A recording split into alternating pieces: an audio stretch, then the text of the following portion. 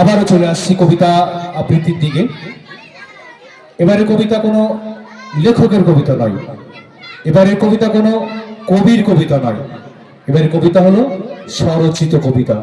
অর্থাৎ bright Bengal public স্কুলের আমাদের বাংলা বিভাগের শিক্ষক হাসিবুল ইসলাম মহাশয় তার নিজের লেখা কবিতা মা তিনি এখন পাঠ করে শোনাবেন আপনাদের সামনে। আপনারা আশা করছি উপভোগ করবেন। আমি আহ্বান জানাবো আমাদের বাংলা বিভাগের শিক্ষক হাসিবুল ইসলাম মহাশয়কে তার মা কবিতা পাঠ করে শোনানোর জন্য।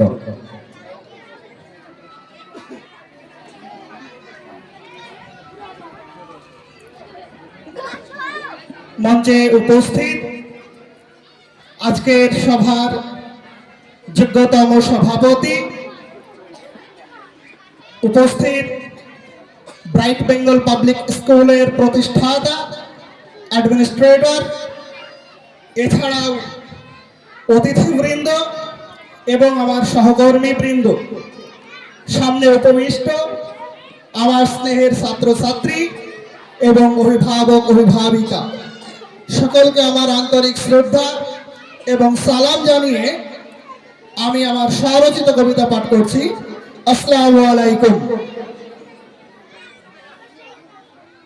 আমার মা 2023 সালের 16 জানুয়ারি মৃত্যুবরণ করেছেন।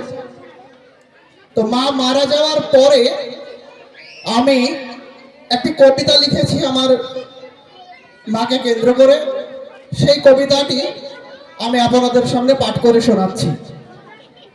কবিতার নাম মা।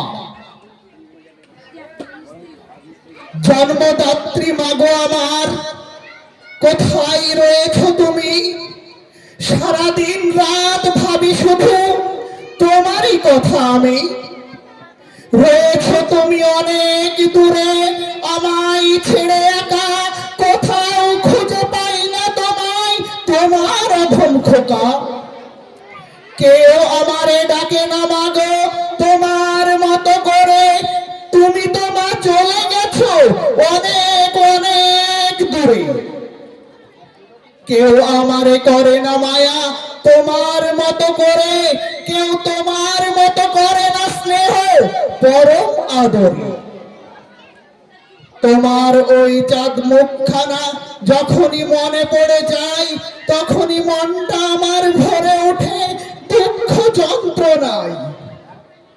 তোমার কথাই ভাবি শুধু, তোমায় ভালোবাসি, তাই তো কেবলই মনে পড়ে তোমার মিষ্টি হাসি। আমার বাড়ি ফাঁকা করে তুমি গিয়েছো চলে, ধরে রাখতে পারিনি তোমায় আমার বাহুবলে।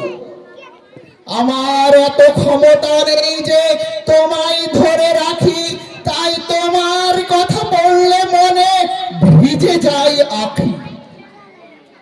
চেয়েছো তুমি সবার ভালো, করনি কারো ক্ষতি, চলে গিয়েছো অনেক দূরে, রেখেছো কেবল স্মৃতি। তোমার স্মৃতি আঁকড়ে ধরে আমি বেঁচে আছি, পরকালে হোক তোমার ভালো, খোদার কাছে যাচ্ছি। আসসালামু আলাইকুম।